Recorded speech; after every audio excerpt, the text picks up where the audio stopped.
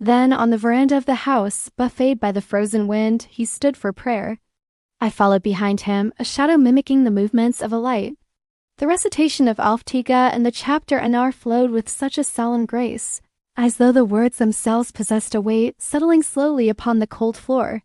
Each bow and prostration was an act of submission beyond description. In the second cycle, a chapter unfamiliar to my ears flowed from his lips, before the salutation concluded that sublime silence. He turned to me, and his gaze seemed to penetrate the very layers of doubt I had so carefully constructed about myself. "You are a man of reason," he said, "and God intends goodness for you. Why then, do you still cling to your old convictions when the truth has arrived as clear as the light of day? Extend your hand." I held out my hand, which still felt the chill of the water.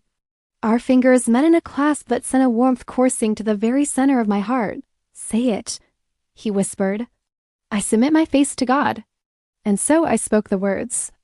They left my lips, one by one, not as rote memorization, but as a confession long held in abeyance.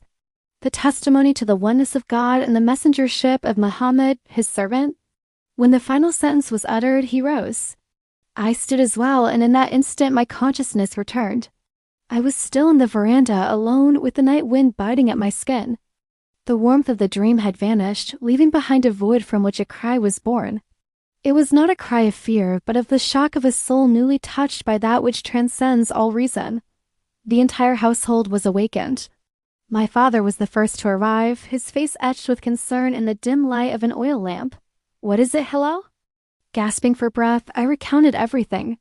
They fell silent, looking upon me as if I had become a stranger. Only my father regarded me for a long moment, and then a curious smile touched his lips.